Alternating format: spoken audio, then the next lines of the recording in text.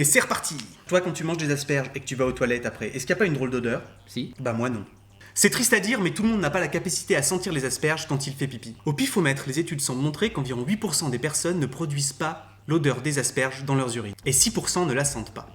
Pourquoi ça? On n'a pas tous dans les trous de nez les mêmes capacités pour sentir les composés sulfurés. Et à cela s'ajoute le fait que l'on ne dégrade pas l'asperge tous de la même façon. Bref, encore une fois, la capacité de sentir les odeurs diffère fortement d'une personne à l'autre. D'ailleurs, on estime qu'un gène sur 50 est consacré à l'odorat, c'est dire son importance. Tout à l'heure, on disait que de manière générale, ce n'est pas parce que quelque chose ne sent pas qu'il n'a pas d'effet. Le gaz naturel ne sent pratiquement rien. Mais on rajoute une odeur pour que s'il y ait des fuites, on le sache. Parmi les trucs qui ne sentent rien mais qui ont un effet sur nous, on retrouve par exemple les phéromones. Ces molécules incroyables mais sans odeur jouent un rôle considérable dans notre vie.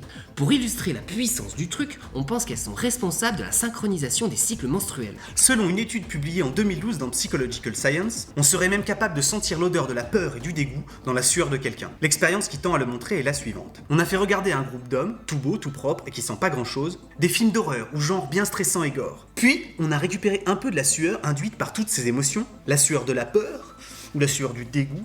On a ensuite fait sentir à un groupe de femmes différents échantillons de ces odeurs, alors qu'elles réalisaient une tâche visuelle. Résultat, les expressions faciales des femmes changent alors du tout au tout pour exprimer peur ou dégoût en fonction de l'échantillon.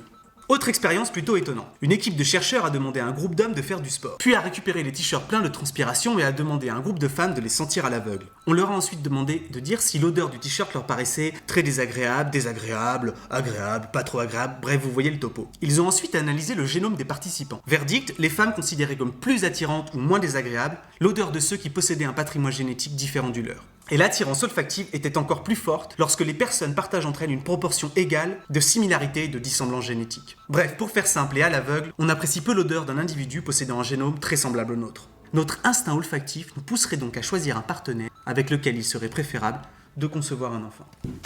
Si je peux pas te sentir, c'est peut-être qu'on est proche génétiquement? Là s'arrête le rôle des phéromones.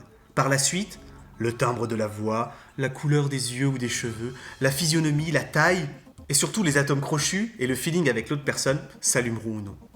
Histoire de passer du coq à l'âne, rappelons qu'avant la médecine moderne, les médecins utilisaient tous leurs sens pour essayer d'effectuer un diagnostic. En gros, on tentait d'identifier la maladie en fonction de l'odeur du malade, avec plus ou moins de succès. Selon les écrits de l'époque, le typhus sent la souris, le diabète le sucre, la peste la pomme mûre, la rougeole les plumes fraîchement arrachées, et la fièvre jaune la boucherie. Ça sent le cadavre, je crois qu'il est mort. Vous êtes trop fort, docteur. Sinon, juste comme ça, les odeurs piquantes sont absorbées par les graisses. Si vous placez un oignon à côté d'une plaque de beurre, celle-ci en absorbe l'odeur. La contrepartie, c'est que les cheveux qui contiennent des graisses absorbent donc fortement les odeurs, d'eau de Cologne ou de fumée. Vraiment le bordel cet épisode. Histoire de mettre un peu d'ordre dans les senteurs, les parfumeurs se sont amusés à les ranger comme les couleurs primaires. Il y a les odeurs de menthe, florales, éthérées comme les poires, résineuses comme le camphre, fétides comme les œufs pourris qui sentent le soufre, ou encore aigres, genre le vinaigre. Et un peu de poésie pour finir peut-être? Eh bien ceux qui en ont fait l'expérience disent que la couche d'ozone sent le géranium. L'odeur du cyanure, elle, se rapproche de celle des amandes amères. Et puis, il y aurait au milieu de notre galaxie un nuage de gaz contenant du formiate d'éthyle, une molécule que l'on retrouve en grande partie dans les framboises et qui est à l'origine de l'odeur du rhum.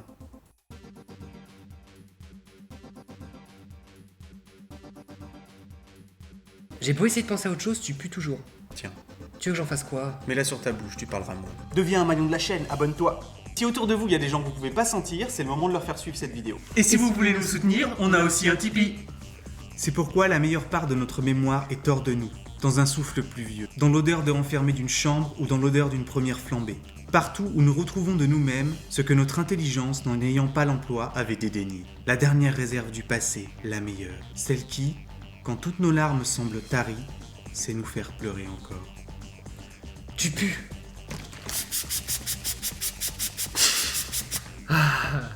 Ça va mieux.